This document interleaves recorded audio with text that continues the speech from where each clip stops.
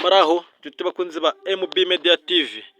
Uyu munsi nkaba ngiye kubereka akantu k'ubwenge kuri channel ya MB Media TV. Uyu munsi ngiye kubereka ibintu wakora mu ibintu wakora ukarya sini umuntu wakohereje message kuri WhatsApp.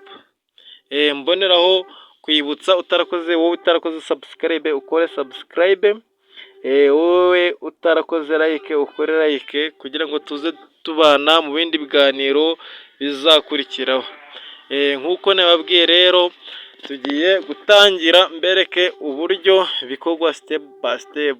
Bisaba kugira ngo ubihe umwanya wawe ubikurikire kugira ngo nawe ndabizi haba igihe umuntu aba adafite akanya bakamwohereza message ariko adashaka kugira ngo yereke uwayimwohereje ko yayibonye.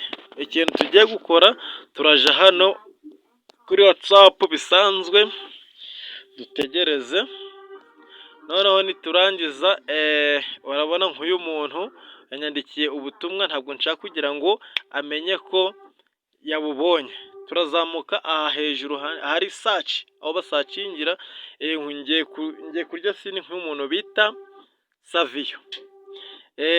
Ndazamuka muri search nk'uko mubibona, noneho nandikemo Savio.